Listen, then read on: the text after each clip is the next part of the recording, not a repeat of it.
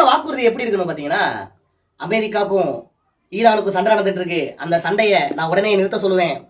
அது மட்டும் இல்லாம உக்ரைனுக்கும் இஸ்ரேலுக்கும் சண்டை நடந்துட்டு இருக்கு, அதையும் நான் வந்து பாத்தீங்கன்னா இட பூந்து நிப்பாட்டுவேன். இதுதான் என்னுடைய வாக்குறுதி. நீங்க ஆட்சிக்கு வர போறது இல்ல, அதிகாரத்துக்கு வர போறது இல்ல. கண்டிப்பா பல ஆண்டுகள் ஒரு மனுஷன் வந்து எனக்கு தெரிஞ்சு நாம் தமிழர் கட்சி கடைசி வரை அவங்களுடைய கட்சி வாழ்நாள் வரைக்கும் ஆட்சிக்கு வரப்போறது இல்லைன்றது எல்லாருக்குமே தெரியும். சும்மா வாய் போக்கல நாங்க எல்லா கட்சியும் வாக்குறுதி கொடுக்குறாங்க நாங்களும் கொடுக்குறோம் அப்படின்னு நீங்க சொன்னீங்களே, ஈழத் தமிழர்களுக்காக ஒரு குடியுரிமை கொடுக்குன்னு சொல்லி உங்க வாக்குறுதியில ஈழத் தமிழர்களுக்காக ஒரு வாக்குறுதி சொல்லுங்க. ஏதாவது கொடுத்துருக்கீங்களா? அவர்களை வச்சுதானே தமிழகத்தில் ஆட்சி பண்ணிட்டு இருக்கீங்க. ஒரு ஒரு ஒரு விஷயம். தாய் தமிழ் உறவுகளுக்கு வணக்கம். நம்ம இன்னைக்கு வீடியோ பார்க்க போறோம்னு பாத்தீங்கன்னா, நாம் தமிழர் கட்சியில இருந்து இன்றைக்கு வாக்குறுதிகள் கொடுத்திருக்காங்க. என்ன வாக்குறுதிகள் வந்து பாத்தீங்கன்னா, நாம் தமிழர் கட்சி ஆட்சிக்கு வந்தா நாங்க இந்த இதெல்லாம் பண்ணுவோம் அப்படின்ற மாதிரி வாக்குறுதிகள் கொடுத்தாங்க. அவங்க வந்து பாத்தீங்கன்னா ஆட்சிக்கு வர்றது வரல அதெல்லாம் வந்து பாத்தீங்கன்னா வேற விஷயம். ஆனா நிறைய பேர் வந்து பாத்தீங்கன்னா என்ன சொல்றாங்க, நாம் தமிழ் கட்சியை பொறுத்தவரையும் பாத்தீங்க அப்படின்னா இந்த ஒரு கொடுத்த வாக்குறுதிகள் ஃபுல்லா நிறைவேற்ற சாத்தியமே கிடையாது. சும்மா குருட்டாம்போக்குல ஒரு கட்சின்னு ஒண்ணு இருந்தா ஒரு வாக்குறுதின்னு ஒண்ணு இருக்கணும்ல. அதற்காக தான் வந்து பாத்தீங்கன்னா சீமான் அவர்கள் அவருடைய தொண்டர்களை ஊக்கப்படுத்த, அவங்களுக்கு கீழே வேலை பார்க்கறவங்க நாம் தமிழருக்கு தொண்டர்களை ஊக்கப்படுத்த, நம்ம ஆட்சிக்கு வரமாட்டான்னு சொல்லி நாம் தமிழ் கட்சியில இருக்க சீமானுக்கும் தெரியும், நாம் தமிழ் கீழே இருக்க அனைத்து தொண்டர்களுக்கும் தெரியும். அதற்காக சும்மா விட்டுறக்கூடாது, அவர்களை தளர்ந்து போக விட்டுறக்கூடாது. அதற்காக அவங்க ஊக்கப்படுத்துற மாதிரி நிறைவேற்றவே முடியாத பல வாக்குறுதிகளை சீமான் அவர்கள் கொடுத்திருக்காரு. அது என்னென்ன வாக்குறுதிகள் கொடுத்திருக்காரு அதுதான் அந்த வீடியோ தெளிவா பார்க்க போறோம். வாங்க வீடியோ. முதல் வாக்குறுதி கல்வி, குடிநீர், மருத்துவம். இது மூணு தான் வந்து பாத்தீங்கன்னா நான் இலவசமா கொடுப்பேன், வேற எதையும் நான் இலவசமா கொடுக்க மாட்டேன் அப்படின்ற மாதிரி சீமான் அவர்கள் தன்னுடைய முதல் வாக்குறுதியா அதை எடுத்து வைக்கிறாரு. கல்வி இலவசமா தரேன்னு சொல்லி சீமான் இப்போ வந்து பாத்தீங்கன்னா அரசு பள்ளி எல்லாம் வந்து பாத்தீங்கன்னா இலவசமா தான் கொடுத்துட்டு இருக்காங்க. 12th வரைக்கும் இருக்கு, கவர்மெண்ட் காலேஜ் எவ்வளவு இருக்கு. சீமான் அவர்கள் வந்ததுக்கு அப்புறம் பாத்தீங்க அப்படின்னா தனியார் மயமாக்குறத ஃபுல்லா அரசு மயமாக்கி இலவசமா கொடுக்க போறாருன்னு தெரியல. ஆனா சொன்னார் கல்வி இலவசமா கொடுக்க போறேன் அப்படின்னு. இப்ப என்னமோ அரசு பள்ளியில எல்லாம் காசு வாங்குறாங்கன்னு நினைக்கிறேன். அதனாலதான் இந்த மாதிரி சொல்லிடுவாங்க. கல்வி தமிழகத்துல இப்பொழுதுமே இலவசமாக தான் கொடுத்துட்டு இருக்காங்க. நானும் வந்து பாத்தீங்கன்னா அரசு பள்ளியில தான் படிச்சேன், காலேஜும் அரசு காலேஜ் தான் படிச்சேன். நல்ல சிறந்த ஒரு படிப்பு தான் கொடுத்துட்டு இருக்காங்க இப்ப வரைக்கும். அது எந்த அடிப்படையில இவர் கல்வி இலவசம் சொல்றாருன்னு எனக்கு தெரியல. தனியார் மயம், அதாவது வந்து பாத்தீங்கன்னா அரசு பள்ளின்னு ஒண்ணு இருந்துச்சு அப்படின்னா தனியார் பள்ளி வைக்கதான் செய்வாங்க, அரசு பேருந்து ஒண்ணு இருந்துச்சுன்னா தனியார் பேருந்து வைக்கதான் செய்வாங்க, அரசு மருத்துவமனைன்னு இருந்துச்சுன்னா தனியார் மருத்துவமனைன்னு எல்லா விஷயத்திலுமே அரசு தனியாருக்கு, தனியார் மயமும் தனியாருக்கு. இவர் எதன் அடிப்படையில கல்வி இலவசமா தருவேன் அப்படின்னு சொன்னான்னு தெரியல. ஏன்னா இவர் குழந்தைகள் வந்து பாத்தீங்கன்னா அமெரிக்கா காலேஜ்ல மாசம் 25 லட்சம் கட்டி, வருஷத்துக்கு 25 லட்சம் கட்டி படிக்க வச்சிட்டு இருக்காரு. இவரோட பிள்ளைய அரசு பள்ளியில படிக்க வைப்பாரான்னு தெரியாது. ஆனா மத்த பிள்ளை எல்லாமே வந்து பாத்தீங்கன்னா அரசு பள்ளியில தான் படிக்கணும், இலவசமா படிக்கணும்னு சொல்லி அவருடைய வாக்குறுதிகள்ல மெயினா சொல்றாரு. ரெண்டாவது வந்து பாத்தீங்க அப்படின்னா மருத்துவம். இது ஒரு நல்ல விஷயம் தான். மருத்துவம் வந்து பாத்தீங்கன்னா இலவசமா கொடுக்கறது, வெளிநாட்டு தரத்துல மருத்துவம் வந்து கொடுக்க போறேன் அப்படின்ற மாதிரி சொல்லிட்டு. குடிநீர் இப்போ வந்து பாத்தீங்கன்னா குடிநீர் பாட்டில்ல விற்கிறாங்க. ஓகே, அந்த பாட்டில் உள்ள பாட்டிலே இருக்காது, முழுக்க முழுக்க தண்ணி வந்து இலவசமா வழங்கப்படும் அப்படின்ற மாதிரி சொல்றாங்க. இப்போ ஒருத்தவங்க வந்து ஒரு கார்ல ஒரு ஹைவேல போயிட்டு இருக்காங்க, போகும்போது பாத்தீங்க அப்படின்னா இலவசத்தை குடிநீர் அவங்களுக்கு எப்படி கிடைக்கும்?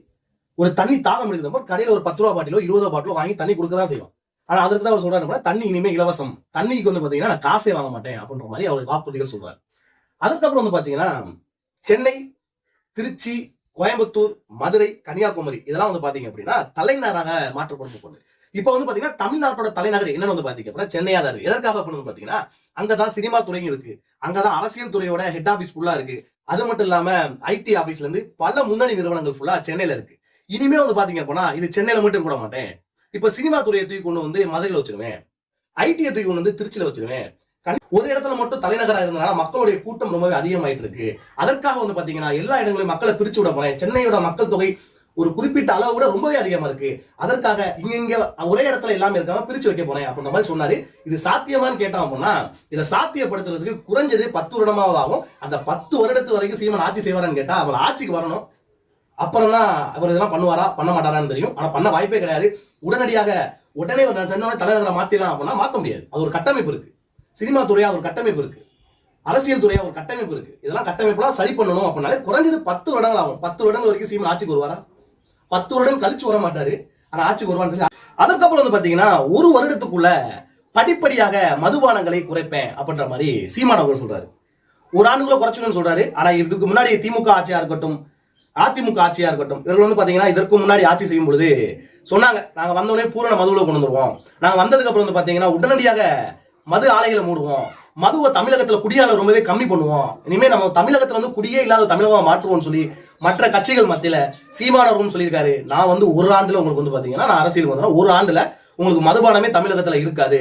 நான் வந்து பாத்தீங்கன்னா பள்ளிக்கூட வாசல்ல கல் வைக்க போறேன். இல்ல அவர் சொன்னதானே, அவர் வந்து பாத்தீங்கன்னா பள்ளிக்கூடம் போறதே கல்லு குடிக்க தான் போவேன் அப்படின்னுவாரு. கல்லை குடிச்சிட்டு கபடி விளையாண்டுட்டு திரைப்படத்துக்கு போவேன் அப்படின்ற மாதிரி சொல்லியிருந்தாரு. வருங்கால இளைஞர்கள் சீமானை ஃபாலோ பண்ணீங்க அப்படின்னா, நாம் தமிழ் கட்சியில இருக்க தொண்டர்களோட பிள்ளைகளாம் வந்து பாத்தீங்கன்னா சீமான் அண்ணனை ஃபாலோ பண்ணுங்க. அவர் என்ன சொன்னார் அப்படின்னா, பள்ளிக்கூடம் போறது, கல்லை குடிக்கிறது, நேரம் திரையரங்கத்துக்கு போறதுன்ற மாதிரி நிறைய விஷயங்கள் சொல்லியிருந்தாரு. அதை ஃபாலோ பண்ண போனா பிள்ளையோட படிப்பும் சரி, பிள்ளையோட வளர்ச்சியும் சரி வேற லெவலில் இருக்கும். இது எதுக்கு சொல்ல வரேன் அப்படின்னு பாத்தீங்கன்னா, சீமான் அவர் சொல்றாருல, மதுபானத்தை வந்து பாத்தீங்கன்னா முழுக்க நான் வந்து தடை பண்ணுவேன் அப்படின்ற மாதிரி சொல்றேன். அதற்காக தான் அந்த விஷயம் சொன்னேன். மதுபானத்தை தடை பண்ணிட்டு கல்லை வந்து நான் வந்து அரசு மயமாக்குவேன் அப்படின்ற மாதிரி சொல்லியிருந்தாரு. அதுக்கப்புறம் வந்து பாத்தீங்கன்னா 60 வயதுக்கு மேற்பட்டவர்களுக்கு அரசு ஓய்வூதியம் வழங்கப்படும். அதற்கப்புறம் மின்னணு வாக்கு இயந்திரம் நீக்கப்பட்டு வாக்குச்சீட்டு முறையில் மீண்டும் கொண்டு வரப்படும் அப்படின்ற மாதிரி. இப்ப என்ன விஷயம் சொல்றாரு அப்படின்னு பாத்தீங்கன்னா, இதுக்கு முன்னாடி மின்னணு இயந்திரம் இப்ப கைரேகை வச்சா போதும் அப்படின்ற மாதிரி சொல்றாங்க தெரியுமா. இந்த கட்சிக்கு தேவையோ அந்த கட்சியில போய் கைரேகை வைக்கிற மாதிரி இருக்கும். இதுக்கு முன்னாடி வந்து பாத்தீங்கன்னா அந்த வாக்கு சீட்டு, யாருக்கு வாக்களிக்க போறீங்களோ அந்த சீட்டை கொண்டு போய் அவங்க முத்திரை குத்தி, நாம் தமிழர், டிவிகே டிஎம்கே ஒரு குத்திரை போட்டு வெளிநாடுகள்லாம் வந்து பாத்தீங்க அப்படின்னா இந்த துண்டு சீட்டு மூலியமா தான் விநியோகம் பண்ணிட்டு இருக்காங்க. அண்ணன் எப்பயுமே வந்து கூகுள்ல பாத்துக்கிட்டு எது ஹைலைட்டா பேசப்படுது அப்படின்னு தெரிஞ்சுக்கிட்டு இந்த மாதிரி பேசுறதுல அண்ணன் வழக்கமான விஷயம் தான். இது வந்து பாத்தீங்கன்னா அண்ணன் ஒரு விஷயம், இது வந்து சென்ட்ரல் கவர்மெண்ட் பிரச்சனை.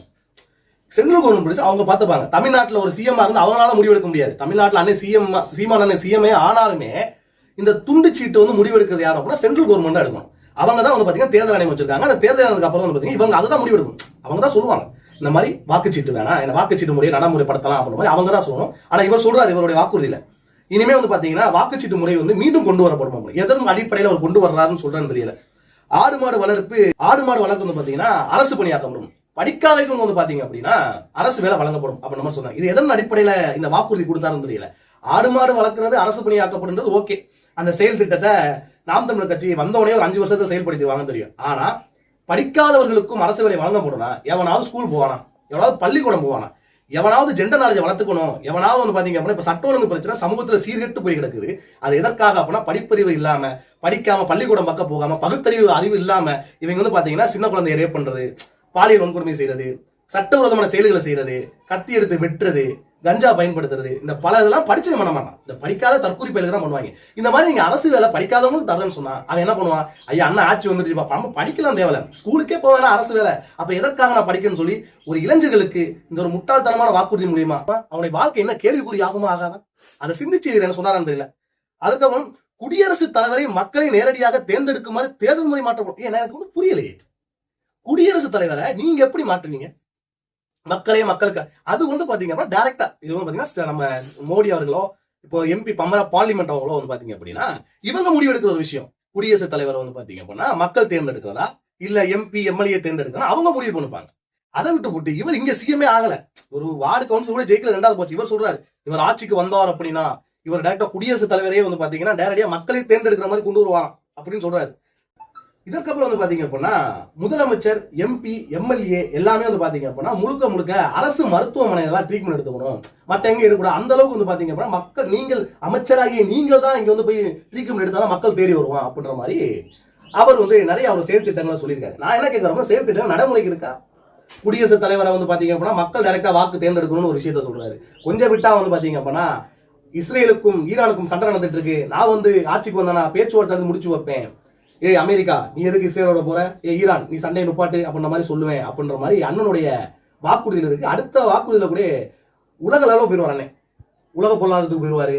இப்போ உக்ரைனுக்கும் ரஷ்யாவுக்கும் சண்டை நடக்கிற மாதிரி எங்கெங்கெல்லாம் சண்டை நடக்குதோ அதை நான் தலையிட்டு டைரக்டா முடிச்சு வைப்பேன், கச்சத்தீவு உடனடியாக மீட்பேன். கச்சத்தீவு வந்து கொடுத்தது தாரவாத்ததையா காங்கிரஸ், அது வந்து பாத்தீங்கன்னா ஸ்டேட் கவர்மெண்ட்டுக்கும் சென்ட்ரல் கவர்மெண்ட் நிறைய வித்தியாசம் இருக்கு. அந்த ஒரு குறிப்பிட்ட அரசியல் புரிதல் கூட இல்லாம சீமான் அவர்கள் மேடையில கச்சத்தீவு உடனடியா மீட்பேன் அப்படின்ற மாதிரி சொல்றாரு. எதன் அடிப்படையில மீட்பார் தெரியும், நெய்தல் படை கட்டி மீட்க போறாரா, இல்ல இப்போ உக்ரைன் சண்டை நடந்துட்டு இருக்கு, நெய்தல் படையை கட்டி நான் உடனடியாக அங்க போரை நிறுத்துவேன், நெய்தல் படையோட வீரர்கள் வந்து அந்த போரை தும்சம் பண்ணிடுவாங்க அப்படின்னு கூட அண்ணன் சொல்லுவாரு.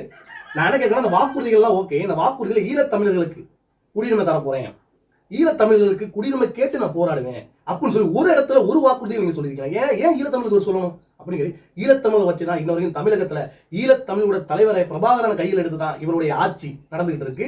இவர் பின்னாடி இருக்கவங்கள சீமான் ஆதரிச்சு யாரும் போனவங்க கிடையாது, பிரபாகரன் அவர்களை ஆதரிச்சு போனவங்க தான் சீமான் பின்னாடி இருக்கிறவரை தவிர அந்த சீமானோட தலைவராக ஏற்றுக்கொண்ட பிரபாகருடைய மக்கள் தமிழகத்தில் அகதிகளா இருக்கிறாங்களே அவங்களுக்கு குடியுரிமை பத்தி கொடுப்போம் அப்படின்ற ஒரு விஷயம். குடியுரிமை கொடுப்போம், நம்ம அதை பத்தி ஏதாவது பேசுனீங்க, அவங்களுக்கு நலத்திட்டம் பண்ணுங்க, அதுக்கு நான் முன்னெடுப்பேன், அவர்களுக்கு நான் தூணா இருப்பேன் அப்படின்னு ஒரு வாக்குறுதி கிடையாது. திறநிதி வாங்குறதுக்கு மட்டும் வெளிநாட்டுல இருந்து பிரான்ஸ், கனடா, இத்தாலி, ஜெர்மன்ல இருந்து உங்களுக்கு காசு அனுப்பணும், ஆனா இங்க இருக்க ஈழத்தமிழருக்கு நீங்க குரல் கொடுக்க மாட்டீங்களான்னு சொல்லி நான் கேட்கலப்பா. சமூகத்தில் இருக்க ஈழத்தமிழர்கள் நிறைய பேர் வந்து பாத்தீங்கன்னா இந்த கேள்வி எழுப்புறாங்க. வீடியோ பார்த்தமைக்கு நன்றி.